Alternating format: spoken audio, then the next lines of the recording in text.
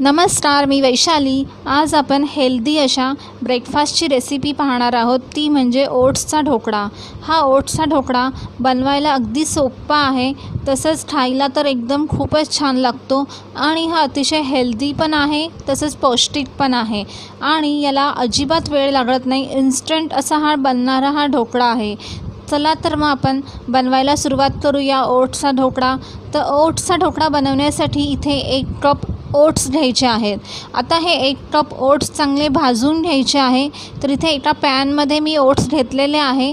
याला 4 ते 5 मिनटं चांगले भाजून घ्यायचे आहे। थोडासा कलर चेंज झाल्यावर हे एका मिक्सरच्या भांड्यामध्ये काढून घ्यायचे आहे। तर इथे मी एका मिक्सरच्या भांड्यामध्ये काढून घेते आणि थंड होऊ द्यायचं आहे। नंतर तोपर्यंत इथे एका बाउलमध्ये मी 1 कप रवा घेतलेला आहे। तसंच इथं हे जे ओट्स आहे भाजलेले, त्याची एकदम बारीक अशी पावडर करून घ्यायची आहे मिक्सरमधून। तर ही पावडर यामध्ये घालायची आहे ओट्सची। तर आता इथे रवा तुम्ही जाडसुद्धा घेऊ शकतात। इथे मी बारीक रवा घेतलेला आहे। जर जाड रवा असेल तर तो मिक्सरमध्ये एकदा फिरवून घ्यायचा आहे। नंतर यामध्ये मी 2 टेबलस्पून आले लसूण आणि मिरची यांची पेस्ट घातली आहे। तर 2 टेबलस्पूनमध्ये मी 7 ते 8 लसणाच्या पाकळ्या, तसंच 1 इंच आल्याचा तुकडा आणि 3 हिरव्या मिरच्या मी अशा ठेचून घेतल्या होत्या, त्या यामध्ये घातलेल्या आहे। आता यामध्ये थोडं पाणी घालून हे मिक्स करून घ्यायचं आहे। तर इथे मी असं मिक्स करून घेतलेलं आहे। नंतर यामध्ये अर्धा कप दही घालायचं आहे। आता हे दही आंबट घालायचं आहे, हे लक्षात ठेवा, कारण आपण इन्स्टंट असा हा ढोकळा तयार करणार आहोत, त्यामुळे यामध्ये आंबट असलेलं दही घालावे। तर आता हे दहीसुद्धा यामध्ये घालून चांगलं मिक्स करून घ्यायचं आहे। आता मिक्स करून झाल्यावर हे साधारणतः 25 ते 30 मिनटं असंच ठेवायचं आहे। आता इथे 30 मिनटं झालेले आहे। नंतर यामध्ये मीठ घालायचं आहे चवीनुसार आणि बारीक चिरलेली कोथिंबीर घालायची आहे। आता हे मिश्रण पुन्हा एकदा चांगलं मिक्स करून घ्यायचं आहे। आता याच्यामध्ये 1 इनोची पुडी घालायची आहे, नाही तर तुम्ही अर्धा टीस्पून खायचा सोडा घालू शकतात। आता यावर थोडंसं मी पाणी घालते आणि हे पुन्हा एकदा चांगलं मिश्रण असं मिक्स करून घेणार आहे।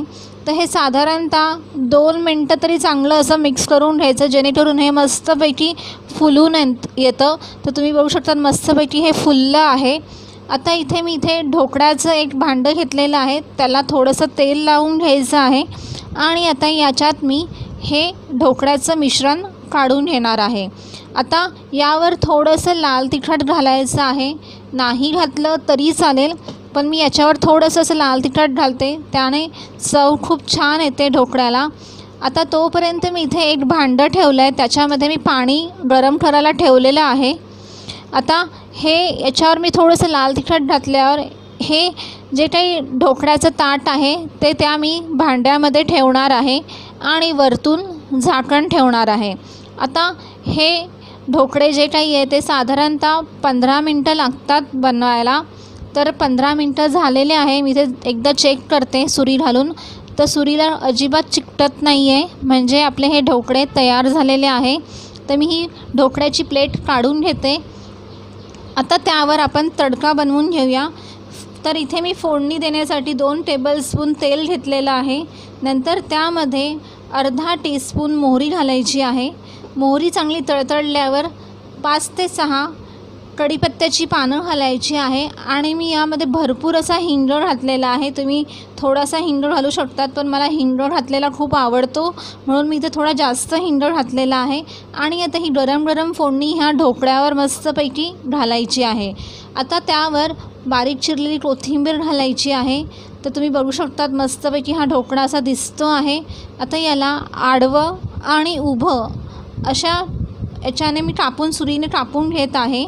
तुम्हाला जसे काप करायचे असतील त्या आकारात तुम्ही ढोकळे कापून घेऊ शकतात। तर मी एखादा ढोकळा तुम्हाला काढून दाखवते बघा, सहजतेने मस्तपैकी दिसत आहे, निघत पण आहे आणि तर मस्तपैकी हे छान दिसत आहेत असे हे ढोकळे।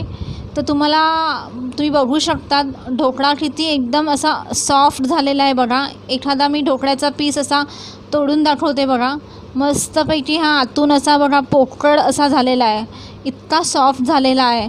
तर तुम्ही नक्की करून बघा ही ढोकळ्याची रेसिपी. अगदी लगेच बनते, इन्स्टंट हा असा ढोकळा बनतो. जर तुम्हाला ही माझी रेसिपी आवडली तर लाईक करा, शेअर करा आणि माझ्या ह्या चॅनलला नक्की सबस्क्राईब करा.